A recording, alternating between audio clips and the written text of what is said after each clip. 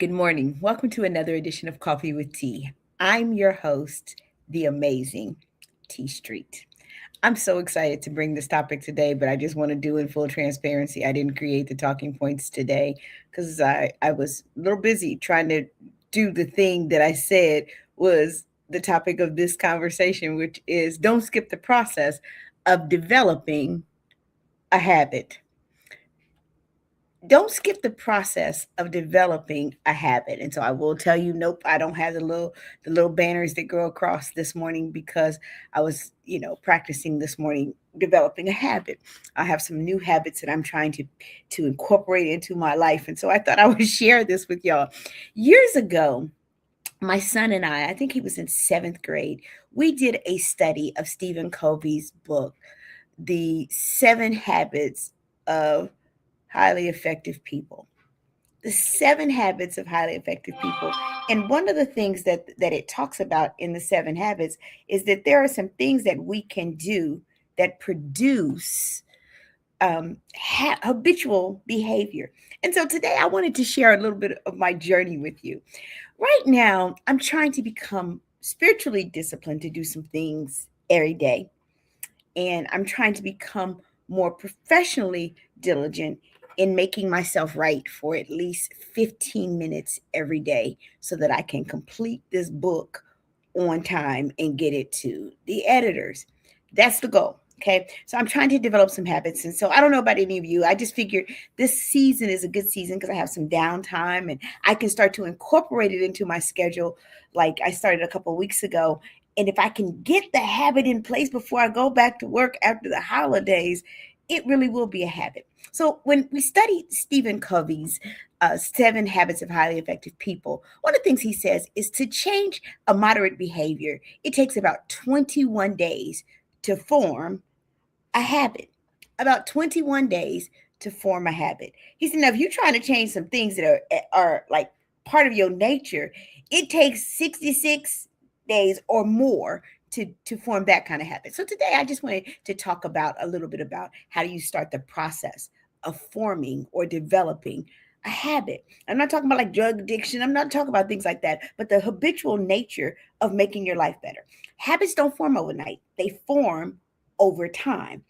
Whether it's a good habit you're trying to build or a bad one you're trying to break, the process is the same. Habits are not about willpower as much as they are about wisdom, repetition, and patience. So, the first thing I want to share with you today is if you want to start to develop or form a habit, start small and be specific. Good morning, Miss Woods. Start small and be specific. Habits don't begin with big promises, they begin with clear, manageable actions. I want to work out more. I want to complete my book. Those are vague. I'll walk for 10 minutes after dinner is specific. I'll write for at least 15 minutes every day is specific. And if you really want to form a habit, you have to be specific in what you propose you're going to do to start this habit. Not I want to work out more. I'm going to walk for 10 minutes after dinner. You gave us specificity. You told us how long and when. You added 2 more components to it that made it more specific. And by the way, that same specificity will make it much more likely that it will happen. Small habits, they lower resistance and they build your confidence. What you repeat consistently, even in small doses, begins to shape who you become.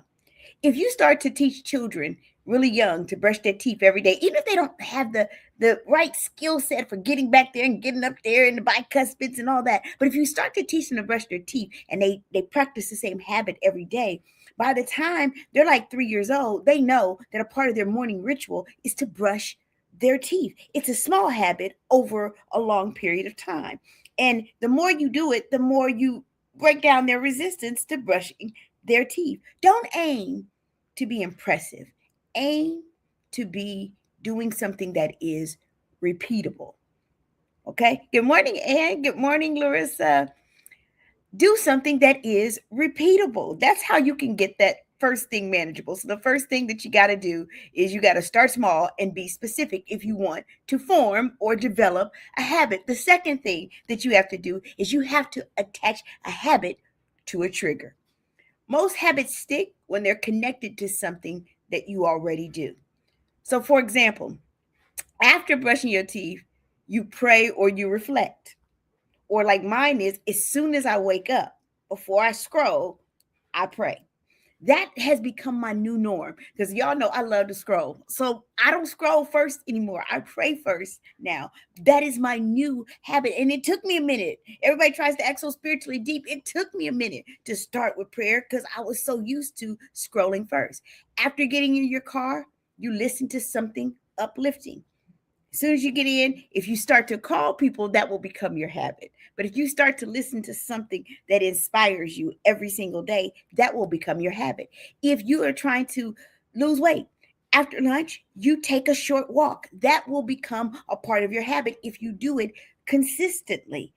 This creates a rhythm. This trigger reminds your brain, it's time. I don't know about y'all, but as soon as I hear, all I want for Christmas, as soon as I hear Mariah Carey, I go, it's time. It's time to start celebrating the holidays, right? Habits grow best when they have a home. And that home should be in your routine. So the third thing that you need to do is stay consistent, but not perfect. Everybody's out here trying to get perfect. Good morning, Kelly Mills. Everybody is out here trying to be perfect. That's not what creates habits or develops habits, y'all. Consistency does. Missing once, y'all, if you miss your workout one day, it's not going to kill you. That's a mistake. Missing your workout every day, that becomes your new habit. If I miss, but I'm going to tell you, I'm that person. I need to do it every day. If I don't write every day for 15 minutes, I promise you that book will not be ready for what?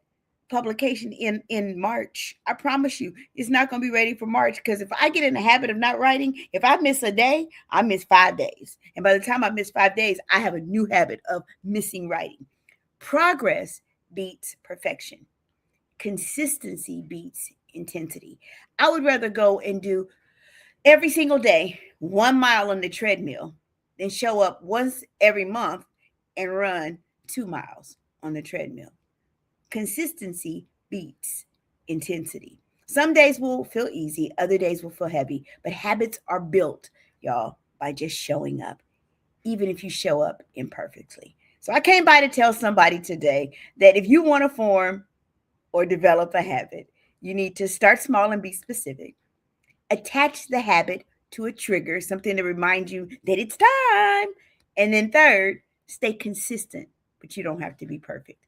I'm the amazing T Street. Good morning, Deaconess Rhonda Sharp. But I can assure you, there's absolutely, positively nothing amazing in me that's not in each and every one of you. But I do want to give a shout out. My mug today, don't skip the process, which, as you all know, has been my theme for coffee with tea for the year. Don't skip the process. This mug was given to me by students at freshmen at Beechcroft High School. And so I want to shout out my babies because this is one of their gifts to me. So have an absolutely amazing day. Whatever it is you're trying to do, start small today and begin your habit today. There's no better day than to start your new habit than today. Have an amazing day, y'all.